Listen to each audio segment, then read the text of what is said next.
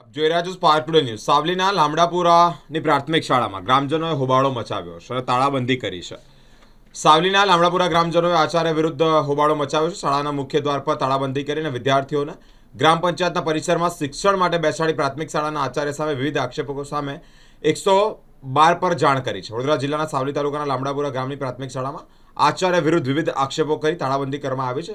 જે શાળામાં અભ્યાસ કરતા વિદ્યાર્થીઓના હિત માટે ગ્રામજનોએ વારંવાર આચાર્યની બદલી કરવા શિક્ષણ વિભાગને જાણ કરી હોવા છતાં કોઈ નિરાકરણ ન આવતા ગ્રામજનો મોટી સંખ્યામાં પ્રાથમિક શાળાએ પહોંચ્યા છે અને હોબાળો મચાવ્યો છે. પ્રાથમિક શાળાના મુખ્ય દ્વારને તાળું મારી 112 સહિત શિક્ષણ વિભાગને ટેલિફોનિક જાણ કરી છે.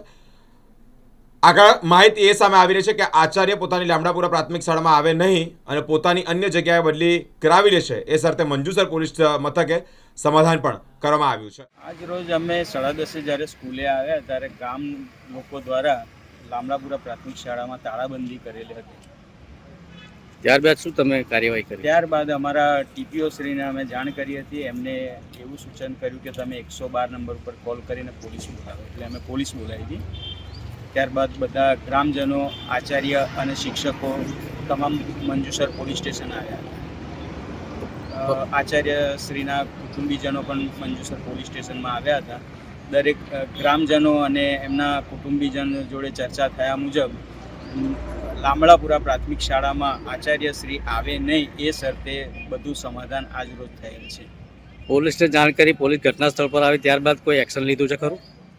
ના, કોઈ એક્શન નહીં. એટલે કોઈ સમાધાન થયું હોય એવું લાગે છે? સમાધાન એ રીતનું થયું છે કે આચાર્ય હવે લામડાપુરા પ્રાથમિક શાળામાં આવે નહીં અને પોતાની બદલી કરાવી લેશે, એ રીતનું સમાધાન થયું. શું નામ આપનું? પટેલ નિલેશ કુમાર કાંતિલાલ. શું હોદ્દો છે તમારે ત્યાં? હું શિક્ષક છું, ઉપશિક્ષક.